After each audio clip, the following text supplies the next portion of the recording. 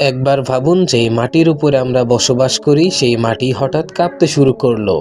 এমনকি আপনি কিছু বুঝে ওঠার আগেই চারপাশের ভবন ভেঙে পড়ল, নিমিষেই পরিণত হলো ধ্বংসস্তূপে।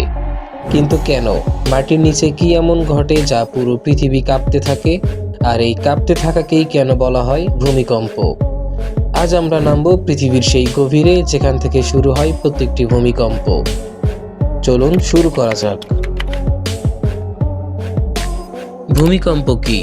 ভূমিকম্প হলো পৃথিবীর নিচে জমে থাকা প্রচণ্ড শক্তি যা হঠাৎ এক মুহূর্তেই মুক্ত হয়ে যায়। মাটির গভীরে থাকা বিশাল পাথরের দেয়ালগুলো যখন ভেঙে যায়, সরে যায় কিংবা হঠাৎ ঝাঁকুনি খায়, সেই ধাক্কা পৃথিবীর উপর পর্যন্ত পৌঁছে যায় এবং যে নড়াচড়া আমরা অনুভব করি সেটাই ভূমিকম্প। এখন কথা হচ্ছে ভূমিকম্প কেন হয়? এটা জানতে হলে আমাদের প্রথমে জানতে হবে পৃথিবীর গঠন সম্পর্কে। ভাবুন পৃথিবীকে একটা ডিম হিসেবে। ডিমের ভেতরে আছে কুসুম, আছে ঘন অংশ, আর বাইরে আছে শক্ত খোলস। পৃথিবীও ঠিক তাই। পৃথিবীর একদম কেন্দ্রে আছে ইনার কোর, যা ধাতব বলের মতো, এবং তার উপরে ভাগে রয়েছে আউটার কোর, যা গলিত লোহার মতো পাতলা বা তরল। এর উপরে রয়েছে বিশাল একটা স্তর যার নাম ম্যান্টল, যেটা গরম শিলা সমুদ্রের মতো, এবং আমরা বাস করি একদম বাইরের পাতলা স্তরটার ওপর, যার নাম ক্রাস্ট। ম্যান্টলের উপরের দিকের অংশ আর ভূত্বক, এই দুইটাই মিলে তৈরি হয়েছে লিথোস্ফিয়ার। কিন্তু মজার ব্যাপার হলো এটা কোনো স্তর না, এগুলো বিশাল বিশাল কিছু ভাঙা টুকরো। এগুলোকে বলা হয় টেকটনিক প্লেট, আর এই প্লেট ধীরে ধীরে সবসময় নড়াচড়া করছে। টেকটনিক প্লেট ভূমিকম্পের আসল নায়ক। এই প্লেটগুলো ম্যান্টলের উপর ভেসে আছে, যেমন প্রচণ্ড ঢেউয়ের মাঝে সমুদ্রের ভেতর নৌকা থাকে এবং দুলতে থাকে। ঢেউ নৌকাকে দূরে ঠেলে নিয়ে যায়।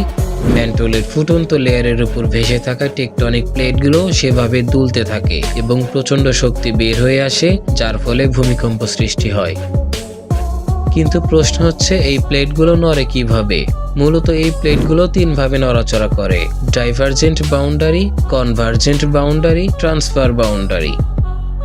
ডাইভারজেন্ট বাউন্ডারি বা আলাদা হয়ে যাওয়া।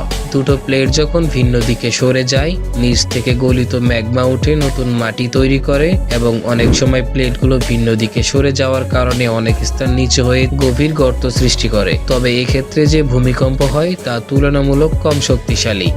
কনভার্জেন্ট বাউন্ডারি বা মুখোমুখি ধাক্কা। যখন দুটো প্লেট মুখোমুখি ধাক্কা খায়, তখন সেখান থেকে যে শক্তি বের হয়ে আসে তা থেকে বিশাল বড় বড় পাহাড়ের সৃষ্টি হয়, আর এই কারণে যে ভূমিকম্প হয় তা খুবই মারাত্মক আকার ধারণ করে। ট্রান্সফার বাউন্ডারি বা পাশ দিয়ে ঘষাঘষি। যখন দুটো প্লেট পাশ দিয়ে যেতে থাকে, তখন প্লেটের পাশে থাকা এবড়ো থেবড়োর কারণে আটকে যায়। দুটো প্লেট দুদিকে যেতে চাচ্ছে কিন্তু আটকে যাওয়ার কারণে যেতে পারছে না, যার কারণে সেখান থেকে অনেক শক্তি উৎপন্ন হচ্ছে এবং সেই শক্তি হঠাৎ বের হয়ে আসে, তখন ভয়ঙ্কর ভূমিকম্প হয়। ভূমিকম্প পৃথিবীর গভীর থেকে উঠে আসা এক বিশাল শক্তির বিস্ফোরণ। এই শক্তি কত বড়, কতটা ধ্বংস ডেকে আনতে পারে সেটা বোঝার জন্য বিজ্ঞানীরা একটি বিশেষ যন্ত্র ব্যবহার করে, যার নাম সিসমোগ্রাফ। পৃথিবী কাঁপলে এই যন্ত্রটি তার উপর আঁকতে থাকে অসংখ্য ঢেউয়ের মতো রেখা। রেখাগুলো ওঠানামাই হলো ভূমিকম্পের ভাষা, যেটা পরে বিজ্ঞানীরা বুঝতে পারেন কম্পনের শক্তি কত ছিল। সিসমোগ্রাফ মূলত একটি দোলকের মতো কাজ করে। ভাবা যায় একটা কাগজ সামনে এগিয়ে চলেছে আর তাতে ঝুলছে ভারী একটি দণ্ড। মাটি কাঁপলেই দণ্ড নড়ে ওঠে আর কাগজে তৈরি হয় টানাছেঁড়া আঁকাবাঁকা দাগ। ঠিক এই দাগগুলি বলে দেয় ভূমিকম্পের মাত্রা, স্থায়িত্ব, এমনকি কোন দিক থেকে ঝাঁকুনি শুরু হয়েছিল। এই মাপা শক্তি সংখ্যা হিসেবে প্রকাশ করা হয় রিক্টার স্কেলে। রিক্টার স্কেল কোনো সাধারণ সংখ্যা নয়, এটি একটি লগারিদমিক স্কেল, অর্থাৎ মাত্রা এক ধাপ বাড়লেই শক্তি প্রায় 10 গুণ বেড়ে যায়। যেমন 4 মাত্রার ভূমিকম্প 3 মাত্রার চেয়ে প্রায় 10 গুণ বেশি, আবার 5 মাত্রা হলে তা 4 মাত্রার তুলনায় আরো 10 গুণ বেশি। তাই কখনো যদি শোনা যায় 7 মাত্রার ভূমিকম্প, তাহলে বুঝতে হবে ভেঙে পড়া ভবন, ছিন্ন ভিন্ন রাস্তা এবং ব্যাপক ক্ষতির আশঙ্কা খুবই বেশি।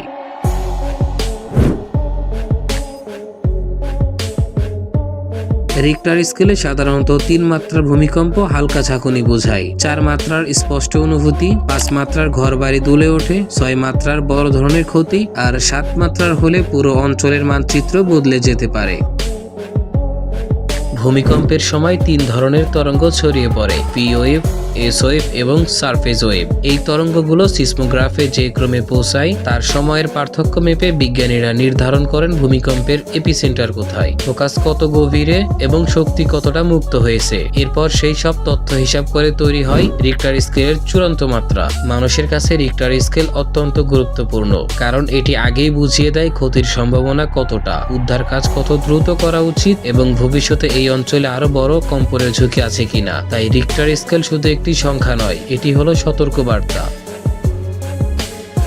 টেকটনিক প্লেটগুলো আমাদের পৃথিবী বদলে দেয়। আজ যে মহাদেশগুলো আলাদা, আফ্রিকা, এশিয়া, আমেরিকা, অস্ট্রেলিয়া, সব মহাদেশগুলো একটা সময় একসাথে ছিল। প্লেটের নড়াচড়া ধীরে ধীরে ভাগ হয়ে গেছে, সমুদ্র তৈরি হয়েছে, পাহাড় তৈরি হয়েছে, আজও এই নড়াচড়া চলছে। প্রতি বছরে 10 থেকে 15 সেন্টিমিটার এই প্লেটগুলো সরে যায়। প্রত্যেকটা বছরে ইউরোপ, আমেরিকা আরো দূরে চলে যাচ্ছে, অস্ট্রেলিয়া উত্তরের দিকে যাচ্ছে, আর ভারত ধীরে ধীরে হিমালয়কে ঠেলে দিচ্ছে। হয়তো 1000 বছর পরে হিমালয় আরো উঁচুতে উঠবে, আফ্রিকা ভাগ হয়ে মহাদেশ তৈরি হবে, আর আটলান্টিকা আরো চওড়া হবে। হয়তো নতুন মহাদেশে জন্ম নিবে। পৃথিবী প্রতিদিন বদলাচ্ছে, আমরা টের পাই না, কিন্তু প্লেটগুলো নিজের কাজ চুপচাপ করে যাচ্ছে। ভূমিকম্প কখনো হঠাৎ আসে না, তার বীজ থাকে পৃথিবীর গভীরে টেকটনিক প্লেটের চাপে, ঘর্ষণে, সংঘর্ষে। আমরা শুধু কম্পন দেখি, কিন্তু আসল যুদ্ধ চলে মাটির নিচে। ভূমিকম্পের গল্প হলো পৃথিবীর শ্বাস প্রশ্বাসের মতো।